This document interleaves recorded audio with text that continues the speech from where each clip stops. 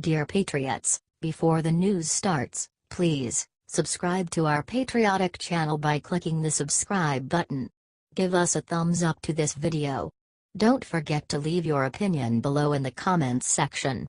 Share the news on Facebook and Twitter so you friends see it. Thank you. Breaking: Jeff Sessions may name a special counsel to investigate Hillary, she's screwed.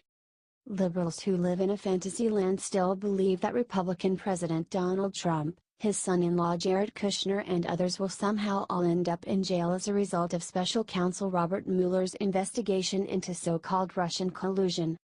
However, it was recently revealed that former Democratic presidential candidate Hillary Clinton could be in huge trouble, since U.S. Attorney General Jeff Sessions is considering appointing his own special counsel to investigate her crimes. In particular, this investigation would focus on the deal that then Secretary of State Clinton helped make in 2010 to sell part of a company called Uranium One, which mines the dangerous element, to Russia's nuclear agency Rosatom, which could be considered treason.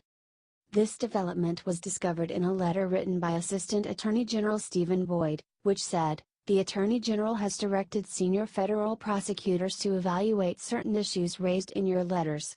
It went on to explain, "These senior prosecutors will report directly to the Attorney General and the Deputy Attorney General, as appropriate, and will make recommendations as to whether any matters not currently under investigation should be opened, whether any matters currently under investigation require further resources, or whether any matters merit the appointment of a special counsel." For his part, President Trump clearly seems to share Sessions' deep concern with Hillary's 2010 crime. He tweeted last month, "Uranium deal to Russia, with Clinton help and Obama administration knowledge, is the biggest story that fake media doesn't want to follow. Do you think Sessions should open the investigation?"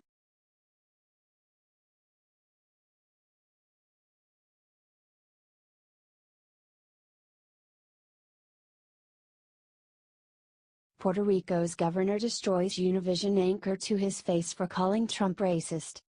It is disgusting how people keep accusing President Donald Trump of being racist to Puerto Ricans after Hurricane Maria, despite the fact that he has committed billions of dollars in aid to helping the U.S. territory recover. Thankfully, Puerto Rico's governor hit back hard recently when a Univision host again accused Trump of racism. Asked Univision's leftist reporter Jorge Ramos and Spanish to Puerto Rico Governor Ricardo "Ricky" Rossello, when President Trump says that the real catastrophe was what happened in Katrina and not in Puerto Rico, why did you not defend the Puerto Ricans? Why didn't you tell him, "Mr. President, that is not correct. For many, you are very subservient." Rossello, who is a Democrat, defended Trump in no uncertain terms, saying, "Well, because he didn't say that the real catastrophe was one, and not in Puerto Rico. He spoke of the Katrina catastrophe, right, and what we have always asked the president, after expressions or a Twitter issue, is clarity. Does the president recognize that this is a disaster? Yes. I flew over the island with him and he could see that there are hundreds of thousands of homes in Puerto Rico that are destroyed, and he recognized that in the conversations we had and afterwards." Ramos then tried to make things personal, asking Ricky, "Why do you continue treating Donald Trump so well? Is there not racism in the way that Donald Trump has treated you, Puerto Ricans, Governor? Puerto Ricans keep dying, and despite all this your attitude with Donald Trump is still the same. Due to the lack of aid, Governor. Because the aid they need has not arrived. In other words, the deaths and the wounded are because of the lack of aid that the government of Donald Trump has not provided in time." Said Rossello, not buying Ramos smears, "This is real simple. I am here to get results, right? Not to focus on what is being said or talked about. I've now just heard an expression where it is said, by the mayor of San Juan, that the real catastrophe is what Donald Trump is saying, when every day what we are seeing is that the real catastrophe is what happened here in Puerto Rico. It's a hurricane. It's caused massive damage. That's what we have to focus on. Are you glad Rossello set nasty Ramos straight?"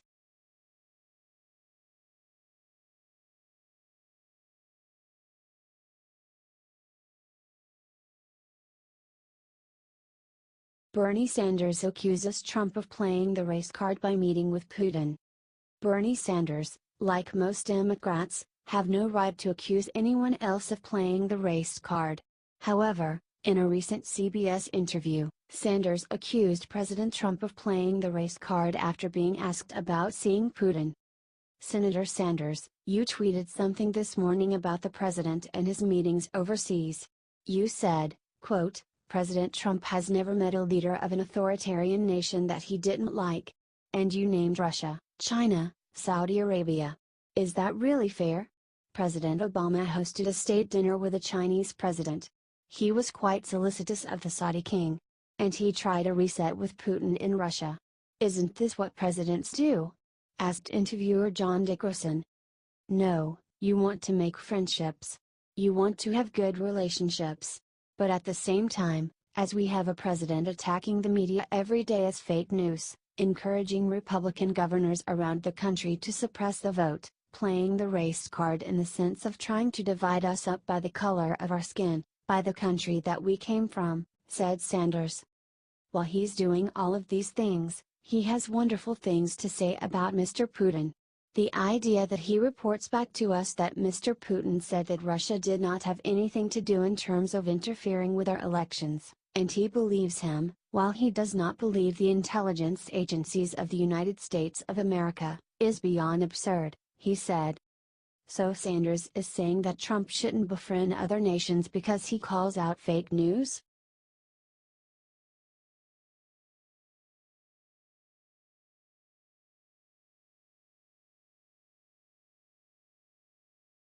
Clinton rape victim Juanita Broderick blasts libs who believe Moore's accusers but not her.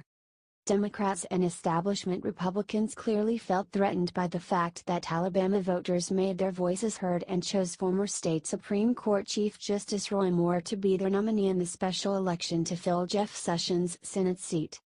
In response, the anti-Moore forces have been pushing a wild, disgusting story about Moore sexually abusing high school girls in the 1970s.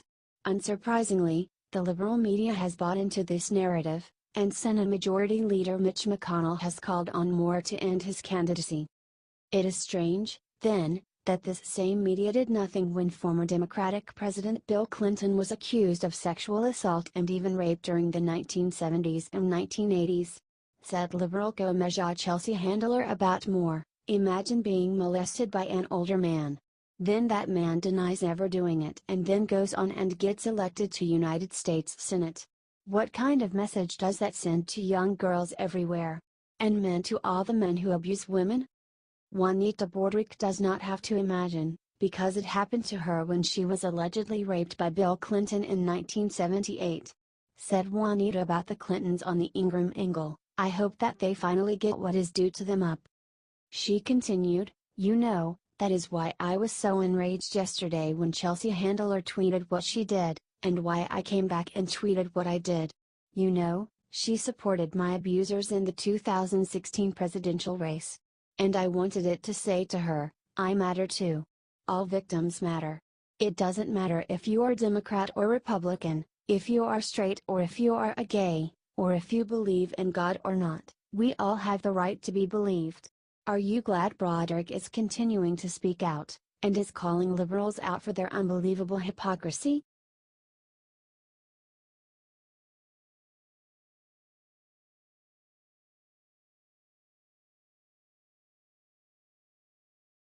Six famous companies just pulled ads from Sean Hannity for crazy reason, will you boycott them? Many people feel that formerly rock-solid conservative news network Fox News has lost its way recently, with the dismissal of Bill O'Reilly and the fact that some on the network like Shep Smith and Chris Wallace have been voicing their negative views about Republican President Donald Trump. Host Sean Hannity, however, has remained strong as a reporter who has remained true to Republican principles and has not buckled to liberal hysteria. On Hannity and his radio show, Sean recently defended Republican Alabama Senate candidate Roy Moore against the politically motivated smears against him that he is supposedly a pedophile and a sexual assaulter. For speaking the truth, Hannity is now being targeted by companies who have been pulling their ads from his television show. The most prominent of these advertisers is coffee giant Keurig. The list of other companies so far includes E-Trade, 23andMe, Realtor.com, Eloquia and Nature's Bounty. Wrote one liberal named Angelo Carusoni in a Twitter message to Keurig, "Good afternoon at Keurig. You are currently sponsoring Sean Hannity's show. He defends child molester Roy Moore and attacks women who speak out against sexual harassment. Please reconsider." Keurig executives buckled to this liberal and replied, "Angelo, thank you for your concern and for bringing this to our attention. We worked with our media partner and Fox News to stop our ad from airing during the Sean Hannity show. Many people have been boycotting Keurig and the other companies in protest. Will you join them?"